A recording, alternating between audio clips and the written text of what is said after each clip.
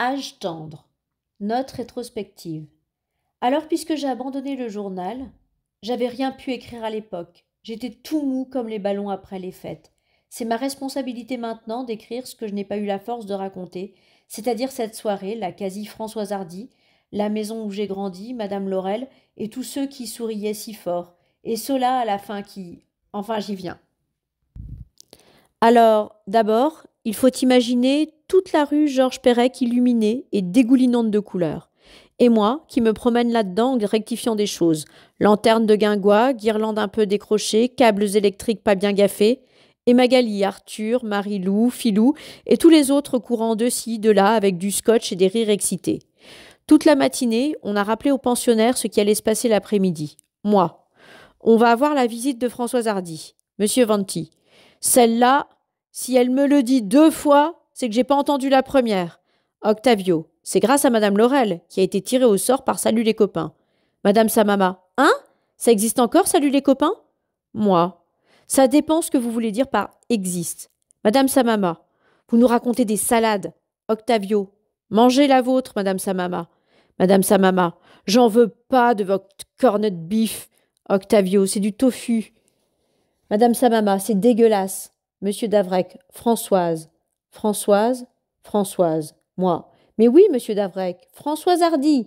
Monsieur Davrec, Hardy, Hardy, Hardy. Octavio. Mais vous m'avez dit de pas dire Hardy. Ceci était une blague en référence à un sketch des Inconnus.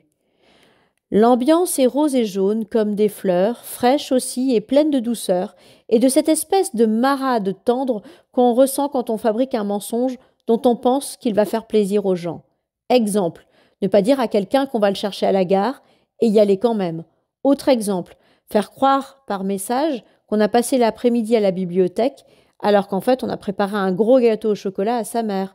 C'est ce que j'ai fait la semaine dernière, c'est pour cela que c'est un exemple qui me vient à l'esprit. Vers 15 heures, on commence à préparer les pensionnaires. Monsieur Venti, vous m'obligerez pas à mettre une cravate, non mais... Moi, Monsieur Venti, c'est vous qui m'avez demandé de vous mettre une cravate. Il y a genre 3 minutes. Monsieur Venti, j'en veux pas de votre nœud de pendu. Moi, ok, alors sans cravate. Et vous, Madame Chauchois, ces boucles d'oreilles, ça vous va hyper bien. On dirait des soucoupes volantes. Madame Chauchois, oh là là, la science-fiction, c'est pas dans mes cordes. Madame Samama, passe-moi mon truc en plume. C'est une écharpe en petite plume bleue qui, drapée sur Madame Samama, lui donne un air d'autruche sauvage. Monsieur Venti, dites donc, vous, et ma cravate? Moi, Monsieur Venti. Plus la journée avance, moins les pensionnaires oublient que Françoise Hardy va venir. Ou plutôt, c'est comme des dominos.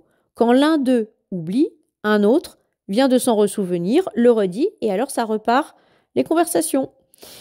Madame Laurel, il n'y a pas à dire. C'est notre meilleure chanteuse. Probablement l'une des meilleures chanteuses au monde. Madame Chauchois. Ouais, bof. Madame Laurel. Comment ça, bof? Madame Chauchois. Bah, ça vaut pas Madonna. Madame Laurel. Madonna? Alors là, moi, j'interromps la conversation. Et vous, Madame Chauchois, c'est quoi votre chanson préférée de Françoise Hardy? Madame Chauchois. Si vous saviez comme je m'en fiche. Toute la journée, Sola, très calme, continue ses missions médicales. Elle prend des températures et fait des piqûres, compte des pilules dans des piluliers et met des pansements sur les bobos des pensionnaires qui sont coupés. Je la vois et je lui jette un clin d'œil et un petit signe de la main. À la pause déjeuner, sur le banc de l'arrêt de bus, elle grignote des tranches de mangue séchées, tirant sur sa cigarette électronique. Sola. Alors finalement, il n'y aura pas de sosie. Moi. Écoute, j'attends toujours des nouvelles d'un plan de dernière minute, je suis très angoissée. Sola. Tu n'es pas le moins du monde angoissé. Moi, j'ai 8 sur 10 là. Sola, arrête de mytho. Moi, j'ai 6 sur 10. Sola, tu vas sauter dans ta robe Mondrian et nous chanter la chanson. Moi, en dernier de chez derniers recours, si rien d'autre ne marche, mais ce serait vraiment une angoisse. Sola, tu es à 2 sur 10 là. Moi, 5 sur 10. Sola, je t'accorde un 3. J'habille les pensionnaires. La majorité font leur tête normale, leur tête de gens qui ne savent plus trop ce qui se passe. Madame Letté, Monsieur Davrec et tous les autres ceux qu'on habille pour la fête, et on a l'impression d'habiller une poupée ou un mannequin. On fait passer des bras maigres et plissés dans des manches multicolores. On déroule le t-shirt tout le long du dos cranté par la colonne vertébrale. On essuie un coin de bouche où des miettes se sont accumulées. Tout le long, on parle. Moi. On vous fait beau aujourd'hui, monsieur Corentin, parce que Françoise Hardy vient nous rendre visite cet après-midi. Monsieur Corentin, silence. Moi. C'est pas tous les jours qu'on a une invitée comme ça. Monsieur Corentin, silence. Moi. Comment vous la trouvez, cette broche de ceinture? Je l'ai récupérée dans une friperie à Boulogne. Vous savez qu'elle vous donne un look vraiment cool. Monsieur Corentin, silence. Parfois je me dis que ces conversations servent plus à moi qu'à eux. Mais en fait je n'en sais rien. On n'en sait rien.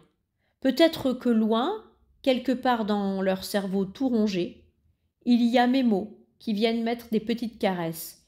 La recherche ne montre rien de très concluant à ce sujet. C'est difficile de dire ce qui les émeut ou pas. Les touches restent part. Vers 17h, je mets ma perruque et Magali me peint les pommettes et me maquille et m'enfile la robe Mondrian. Elle tombe parfaitement, comme si j'étais faite pour la porter. Fait pour la porter. On fait les derniers accords. Je suis prêt. Enfin, Françoise est prête. Magali. Plus 60s, tu meurs. Personne ne meurt. Je regarde depuis la fenêtre les pensionnaires qu'on a mis en place dehors, sur des chaises ou sur leurs fauteuils roulants, dans la rue Georges Perec. La Seine, en face d'eux, scintille dans le petit parc, juste au-dessous de l'arbre plein de couleurs et de lumière. On a réglé le soleil sur doux et jaune-rose pour baigner toute la rue de quelque chose de tendre. C'est alors que j'entends Madame Laurel et Madame Samama qui bavardent juste sous la fenêtre. Madame Laurel. J'ai hâte, je me sens redevenue adolescente, et tout ça grâce à ce concours. Madame Samama. Vous savez bien que ce n'est pas la vraie Françoise Hardy, Suzanne, on est d'accord.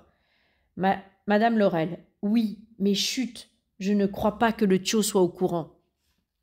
Le Thio, c'est moi. Et ainsi je comprends que Madame Laurel, du moins de temps en temps, sait parfaitement tout ce qu'on s'échine gentiment à lui cacher.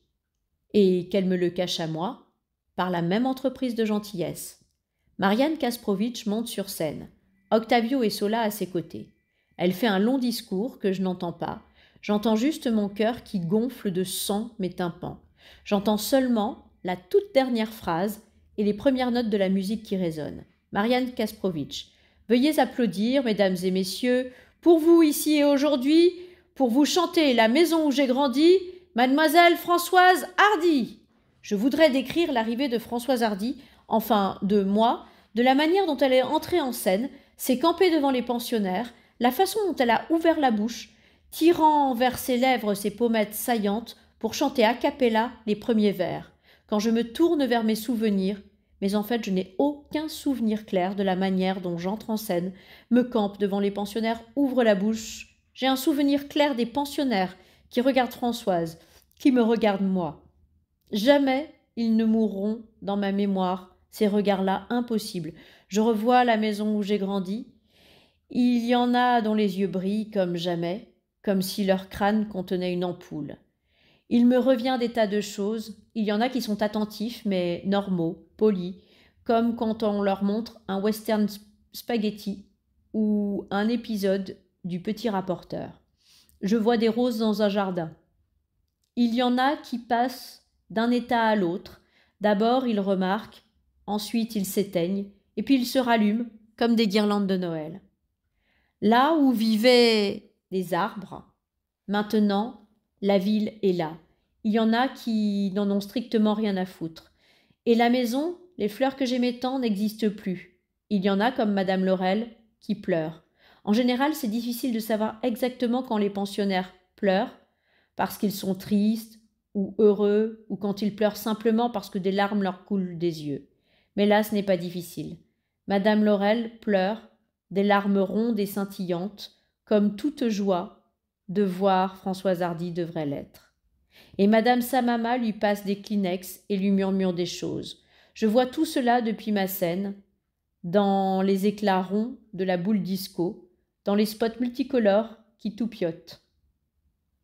Je ne sais pas si Madame Samama est encore en train de rappeler à Madame Laurel que ce n'est pas la vraie Françoise Hardy? J'espère pas. En tout cas, ça n'empêche pas les larmes de madame Laurel de couler directement jusqu'à son sourire. Ils savaient rire, tous mes amis, ils savaient si bien partager mes jeux, mais tout doit finir, pourtant dans la vie, et j'ai dû partir, les larmes aux yeux. Je m'aperçois, vers ce moment-là, que je suis aussi en train de pleurer. Je reviens un jour, un beau matin, parmi vos rires. Oui, je prendrai un jour le premier train du souvenir. C'est une histoire de maison qu'on quitte et qu'on ne retrouve jamais.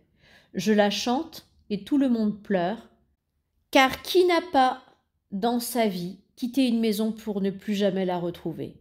Et je vois tous les employés de l'unité qui pleurent, les larmes coulent directement dans leurs sourires. Et je vois la bouche de madame Laurel et madame Samama, et même celle de monsieur Vanti, qui articule avec moi les mots suivants. Je ne sais pas où est la maison où j'ai grandi, où est la maison. Cette chanson répète beaucoup les mots « où est la maison ?» mais moi je les répète encore plus de fois que nécessaire. Et bientôt tous les pensionnaires ensemble les répètent, et c'est le cocktail le plus étrange, de triste et de joyeux de toute ma vie.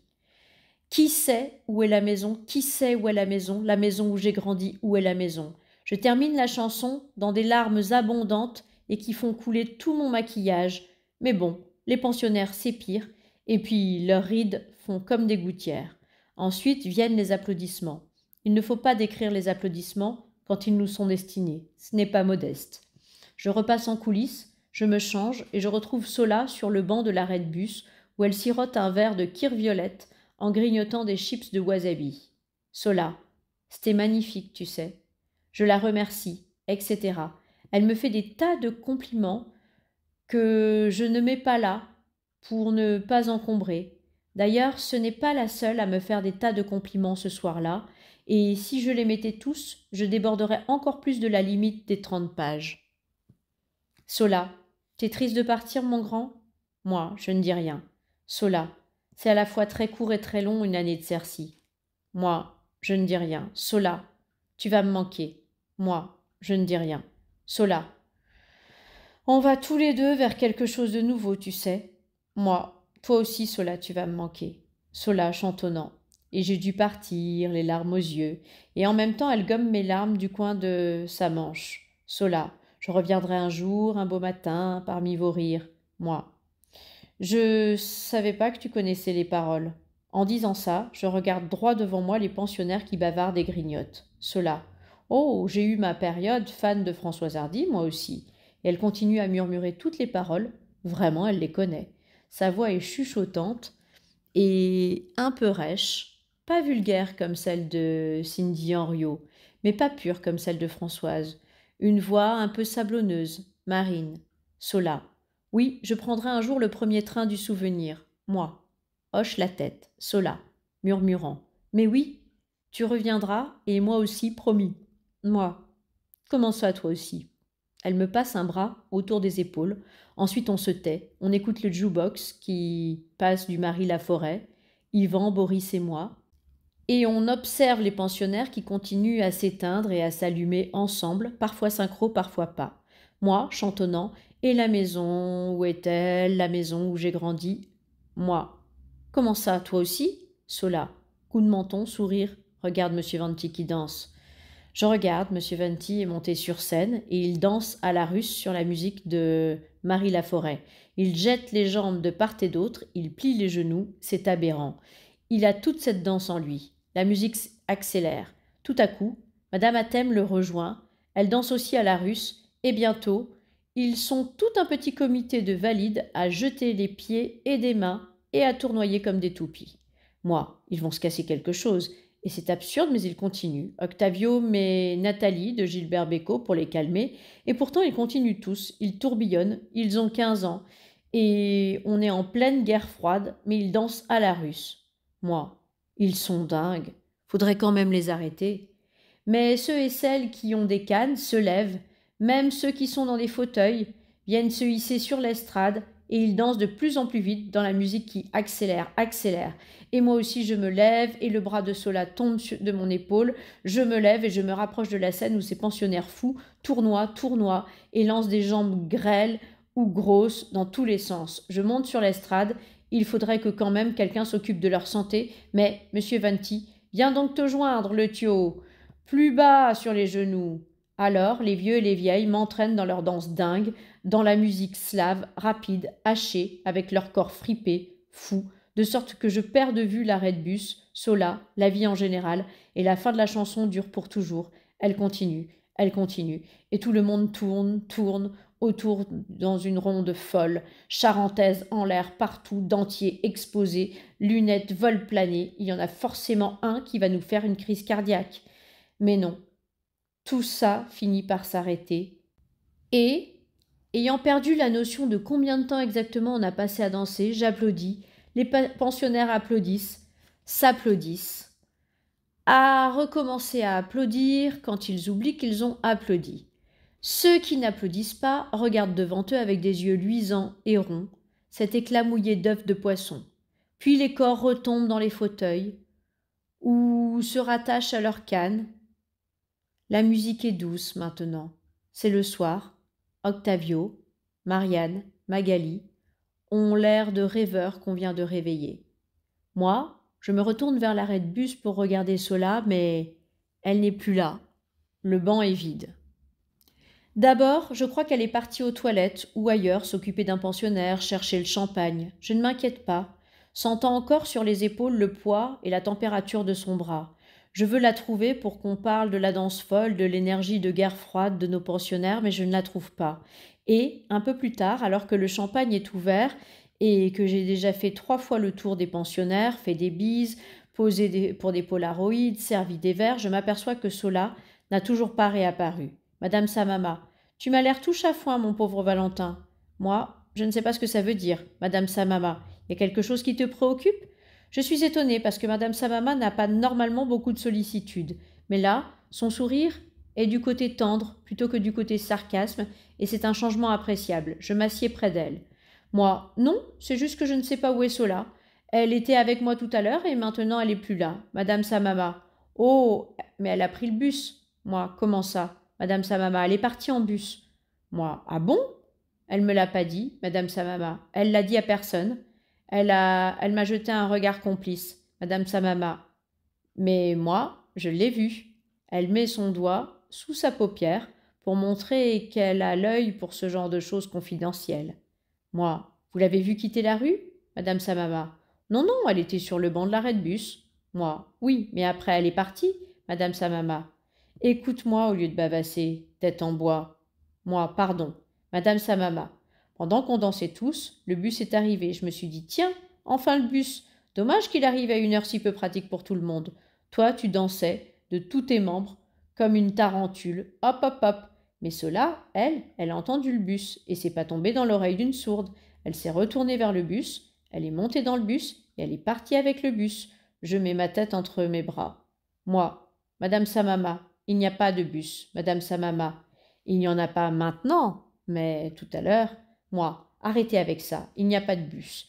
Madame Samama, il y avait un bus. Moi, d'accord, ok, si vous voulez. Je me relève et je continue à errer. Les pensionnaires et les employés mangent des bonbons et boivent du champagne et des cocktails sans alcool. Madame Laurel m'attrape la main au passage, avec cette poigne à la fois très puissante et très douce que peuvent avoir les personnes âgées quand elles veulent absolument vous retenir. Madame Laurel, vous avez vu qui est venu nous voir? Françoise Hardy. Je me reconcentre sur la réalité du monde, moi. Et oui, c'est pas tous les soirs. Madame Laurel, clin d'œil. T'as pris son 06? Moi, Madame Laurel, on n'a pas de 06. On n'est pas au XXIe siècle.